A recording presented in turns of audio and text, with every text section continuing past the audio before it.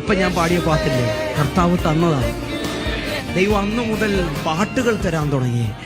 2014 എൻ്റെ grand father മരിച്ച് അവിടുത്തെ ഫ്യൂണറൽ സർവീസ് ഒക്കെ കഴിഞ്ഞ് എൻ്റെ ഏറ്റവും വലിയ ഹൃദയത്തോട് ഞാൻ ഏറ്റവും അടുത്ത് സ്നേഹിക്കുന്ന ഒരു ബന്ധമായിരുന്നു എൻ്റെ ഗ്രാൻഡ് ഫാദറുമായി. അദ്ദേഹം മരിച്ചു കഴിഞ്ഞ് എൻ്റെ ഹൃദയം ഭയങ്കര വാക്യൂമായി. ദൈവം ഇനി ആരാ എനിക്കുള്ളേ, എനിക്ക് വേണ്ടി ഷുവറായിട്ടും പ്രാർത്ഥിക്കുമെന്ന് ഉറപ്പുള്ള ഒരാളായിരുന്നു.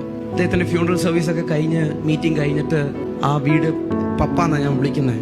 പപ്പ ബൈബിള് വായിക്കുന്നൊരു മുറിയുണ്ട്, കണ്ണ് കാണത്തില്ല. പ്രായം ചെന്നപ്പം ഭൂതക്കണ്ണാടി വെച്ചിരുന്ന് വായിക്കുമായിരുന്നു ഈ പുസ്തകം. ഞാനതൊക്കെ നോക്കുമ്പോൾ ചിന്തിക്കാറുണ്ട്, കർത്താവ് ഇത് ഇത്രയും വർഷം വായിച്ചിട്ടും വീണ്ടും വീണ്ടും ഒന്നും ഇത്ര വായിക്കാനെന്ന്. അപ്പൊ ഞാൻ ആ മുറി പോയി കട്ടിലെല്ലാം അങ്ങോട്ട് കിടന്ന് എൻ്റെ ഉള്ളിൽ കൂടി ഇങ്ങനെ പോയി, ഇനി ആരാ എനിക്കുള്ള. എൻ്റെ ഏറ്റവും വലിയ ഫൈറ്റ്, എൻ്റെ ഏറ്റവും വലിയ അറ്റാക്ക് എന്ന് പറയുന്നത് എനിക്ക് ഉറക്കമില്ലായിരുന്നു.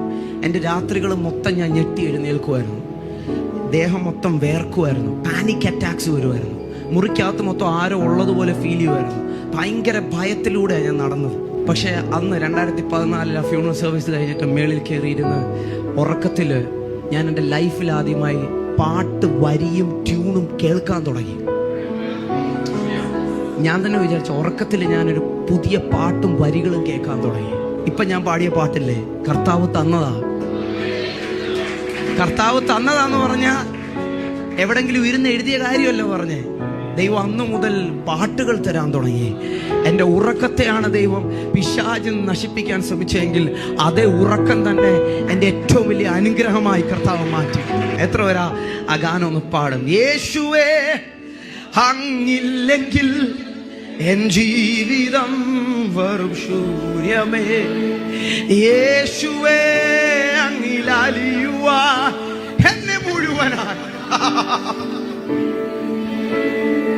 യേശുവേ അങ്ങില്ലെങ്കിൽ, ഓ യേശുവേ അങ്ങിലലിയുവാൻ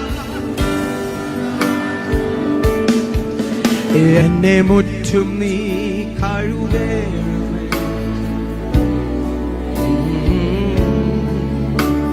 നിന്നോട് ചേർന്നു ജീവിപ്പാൻ. നമുക്ക് വേണ്ടത് കർത്താവിനെയാണ്. കർത്താവിനോടൊപ്പം സകലതും വരും.